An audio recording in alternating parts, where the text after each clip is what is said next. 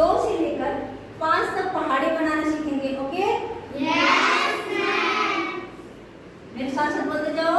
1 2 3 4 5 6 7 8 9 10।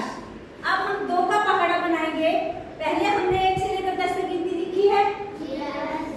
10 तक गिनती लिखने के बाद अब ऊपर देखो, हमने 1 लिखा।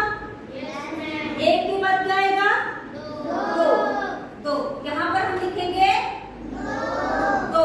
अब गिनती गिनना है, पहाड़े नहीं बनाना, पहले गिनती गिनना है, पहाड़े अपने आप पड़ेंगे। ठीक है?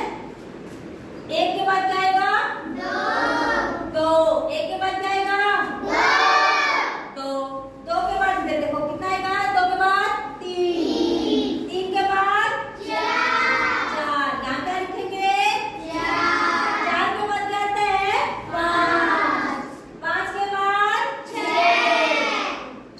6 के बाद 7।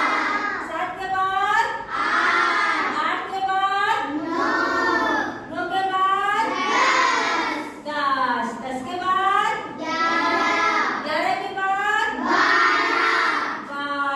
12 के बाद 13 के बाद 14 के बाद 15 के बाद 16 के बाद 17 के बाद 18 के बाद 19 के बाद 20। 2 की टेबल पूरी हुई। अब देखो, अब फिर से गिनो। 1 2 3 टेबल बनाएंगे। ओके? 3। अच्छा, अब देखो 3 के बाद क्या